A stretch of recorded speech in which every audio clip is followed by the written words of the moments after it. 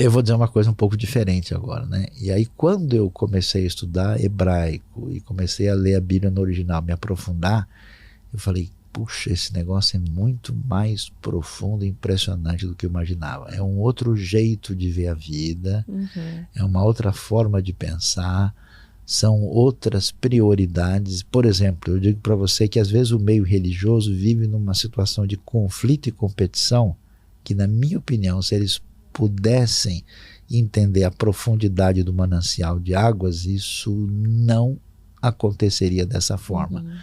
Então eu passei a ver esses elementos e a minha vida foi para lá de abençoada nesse sentido e realmente muito especial a relação interna comigo mesmo, a relação com o próximo, com a família e a relação com o povo de Deus. Sim. E esse mundo complicado que Sim, eu Deus acho dá jeito. O maior desafio, acho, do cristão é viver numa sociedade onde há uma certa resistência, né, para o cristianismo.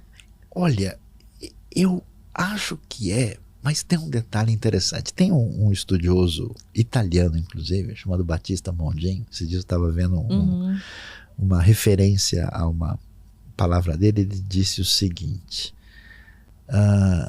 mesmo que o homem tente fugir de Deus, essa tentativa nunca dará em nada. Porque fugir de Deus, no final das contas, será uma maneira que não é a mais adequada de, no final das contas, cair nas mãos dele de qualquer maneira. Sim. Então, assim, eu tive muita experiência, Karina, com gente muito secular, gente que se afirmava ateísta, gente antirreligiosa. Você sabe de uma coisa? Deus me ajudou a ter a maior tranquilidade, porque a vontade que dá de provar que a pessoa está errada, você ficar argumentando, é bobagem. Sabe o que você faz? Ame a pessoa. O amor é a força poderosa, mais subversiva e incapaz de ser defendida que existe nesse mundo. Sim. É isso que Deus faz com a gente. Então o que acontece? Porque o problema não é uma questão intelectual. O problema não é uma questão de você fazer as coisas assim pela força humana. O problema é espiritual e emocional. Então por isso, porque não é interessante?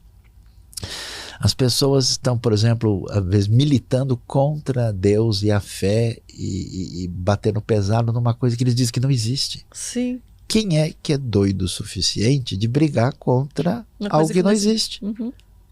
Isso não faz sentido.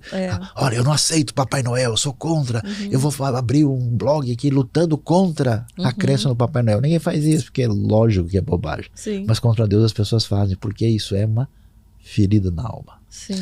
Então, mesmo que a sociedade seja assim, o que acontece? Ninguém consegue viver de verdade sem Deus. Sim. Então, às vezes, uma pessoa é meio antipática, é meio dura, meio vingativa, pega pesado e ofende você. Mas o que Jesus falou? Pai, perdoa, porque eles não sabem o que fazem. Então, é um grito de socorro, é um pedido de ajuda. Então, assim, trata de boa. Né? Então às vezes as pessoas chegam para mim, vêm criticar a igreja, eu falo, ih, rapaz, você não viu nada, eu sei coisa pior que você falou aí e tal, né?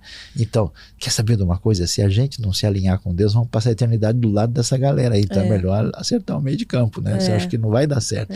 Então, assim, é um desafio grande, mas eu diria que é um desafio que, mediante a direção de Deus e alinhamento com a palavra, a gente certamente vai na direção certa. Sim. Eu me lembro de um cara, uma vez eu peguei um trem na Europa, eu estava numa feira mundial dos livros na Alemanha e peguei um trem saindo de lá para ir para a Holanda, e aí tinha um senhor do meu lado, eu comecei a trocar ideia com ele, né?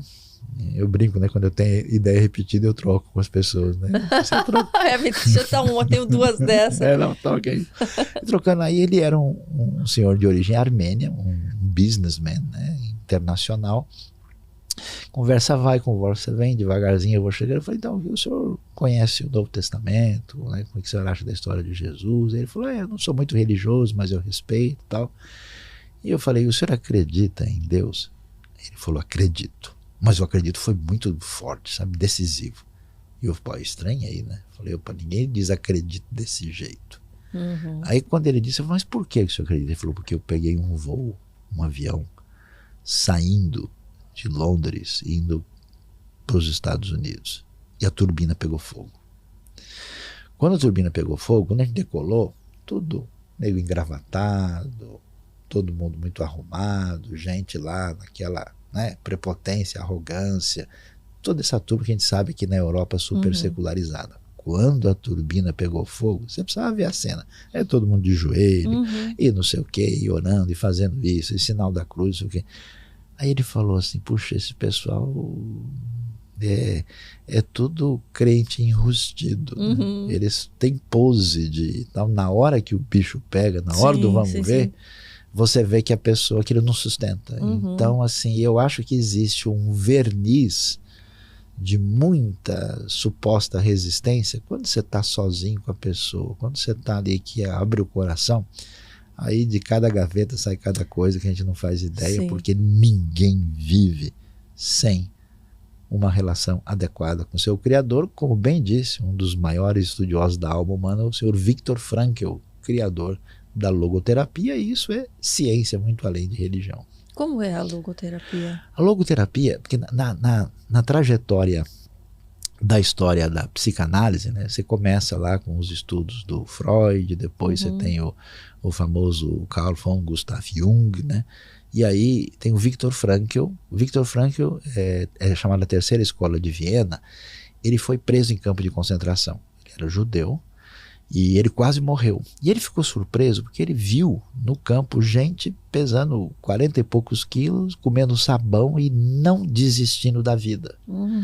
Depois ele mudou, né, fim da guerra, acabou indo para os Estados Unidos e foi viver num lugar onde havia uma certa afluência e uma vida boa. Ele viu gente com tudo que tinha na vida. E já desistindo. Querendo encher a cara de droga, dar tiro na cabeça, pular do prédio. Ele falou, peraí. As pessoas não estão buscando coisas, estão buscando uma outra coisa. Então ele fez uma série de livros, entre elas ele fala a respeito do que é chamada a busca de sentido na vida, que isso é que move realmente as pessoas. E um livro interessante chamado A Presença Ignorada de Deus. E aí ele diz, olha, os primeiros pensadores da história da psicanálise, eles eram meio traumatizados com a religião institucional, como é o caso de Freud ou de Erich Fromm, mas no fundo, se a pessoa não entrar em paz com Deus, se ela não descobrir sentido para a vida, se não viver a vida com uma intenção de missão, ela nunca vai se encontrar de verdade. Então ele fala que a psicanálise clássica praticou o que ele chama de a repressão ao inconsciente transcendental, que é uma categoria fundamental do ser humano que não dá para viver sem isso. E olha, o homem tem muito a dizer, e é uma coisa interessantíssima, que vale a pena. Então essa relação, né, de psicologia com intelectualidade, com a fé genuína, é uma conversa que dá para ter, combina mais do que café com bolo de fubá.